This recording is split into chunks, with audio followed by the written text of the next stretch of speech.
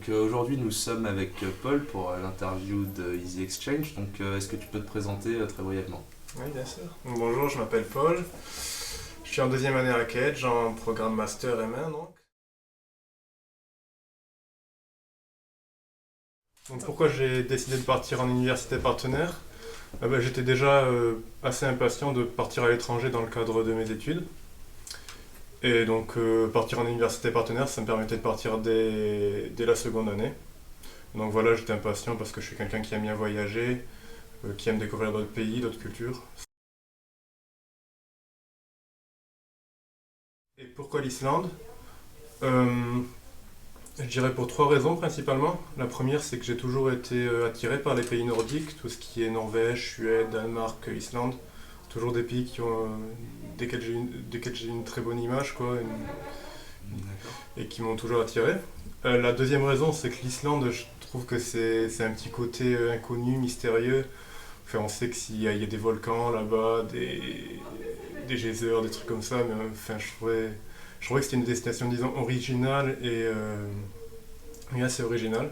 D'accord. Et la troisième raison pour l'Islande, c'était que je me suis dit que c'était un pays dans lequel j'aurais peut-être pas trop l'occasion de retourner dans un cadre professionnel, moins que les États-Unis, l'Angleterre ou l'Allemagne, qui sont des destinations plus classiques, quoi. Enfin, ils ont donné quelques pistes, disons. Mhm. Mais c'était vraiment à nous de débrouiller notre côté. Je vous conseille vraiment, si vous partez là-bas, de vous y prendre à l'avance parce qu'il n'y a pas énormément de logements. Ça reste une petite ville à Reykjavik quand même. Donc, c'est vraiment à nous. En dernier recours, je sais qu'ils peuvent nous aider, mais c'est vraiment en dernier recours, quoi. D'accord. Et sinon, oui, pour tout ce qui est administratif, bien sûr, ils nous aident. Enfin, on sent qu'il y a vraiment un personnel qui est aux petits soins avec nous, quoi. Tout le personnel de l'université qui s'occupe des étudiants étrangers, donc, qui est là pour nous aider quand même. D'accord. Donc, ça, c'est bien. Différence avec Cage, principalement déjà, c'est que là-bas, l'université, elle accueille aussi des étudiants ingénieurs, informatiques aussi, et en droit. Donc, alors que nous, c'est Ouais, seulement donc tu as un commerce, donc beaucoup de plusieurs profils branches, différents voilà, sur le parcours. ouais, des profils D'accord. différents. Après, c'est plutôt semblable à une école de commerce française quand même dans l'ensemble.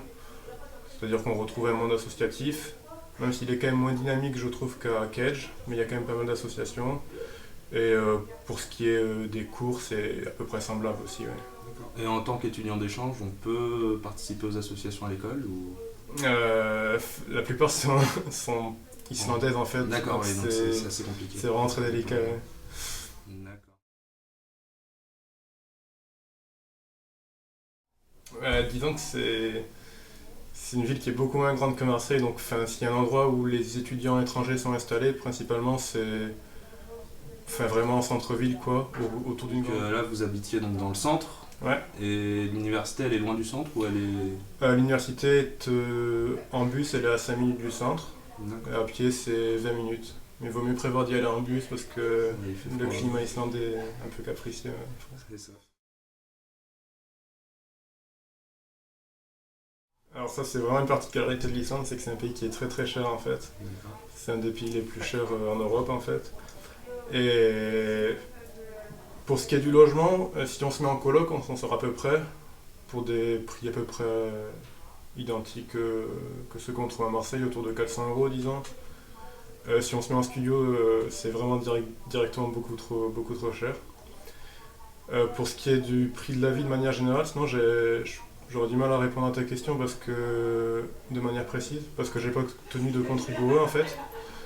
Mais c'est quand même très cher pour tout ce qui est nourriture, vie quotidienne, alcool c'est très très cher. C'est très cher, ça. Ouais. Vaut mieux l'acheter à l'aéroport en arrivant, c'est ce qu'on fait en général.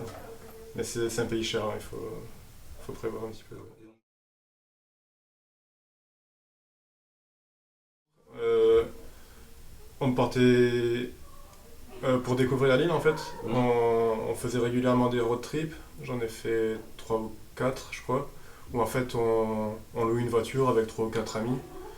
Et on partait pour quelques jours quoi.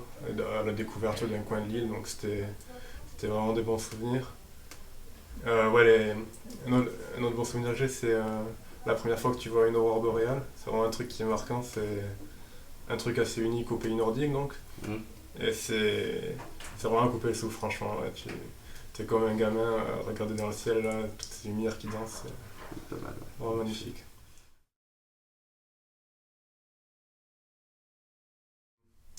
Niveau culturel, ça reste assez européen dans l'ensemble.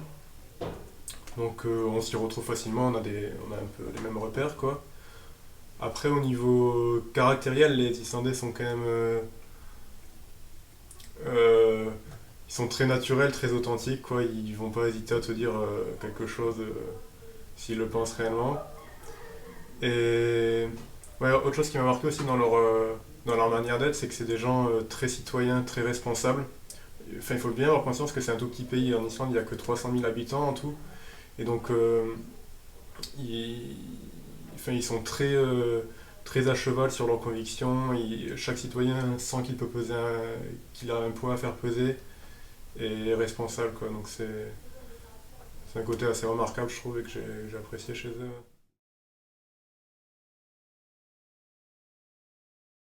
Donc maintenant, pour finir, est-ce que tu recommanderais aux gens de partir en Islande et... Mais clairement, ce serait un grand oui. Franchement, avant d'y arriver, j'avais un petit peu peur. Je me suis dit où est-ce que je vais aller, et au final, j'ai vraiment passé 6 mois extraordinaires. C'est un pays extraordinaire déjà, avec des paysages vraiment uniques, qu'on peut voir que là-bas, j'ai l'impression. Des cascades, des plages, des plages de sable noir gigantesques, quand même, magnifiques, des glaciers, des volcans, c'est assez dingue. L'université elle-même, elle est vraiment au top de la modernité, avec des écrans partout, tout qui est très bien agencé, une salle de sport qui est en bas où on peut faire de la muscu, tout ça. Enfin, vraiment très bien équipé. Donc voilà, donc je vous conseille vraiment, enfin, c'est vraiment une destination que vous ne regretterez pas. En plus, c'est pas très dur de l'obtenir parce que j'étais pas très bien classé, moi, pour le, pour le classement des universités. Enfin, j'étais au milieu, quoi. D'accord. Et c'est pas tant demandé que ça, parce que c'est assez inconnu quand même comme pays. Donc, ouais, c'est tout à fait accessible.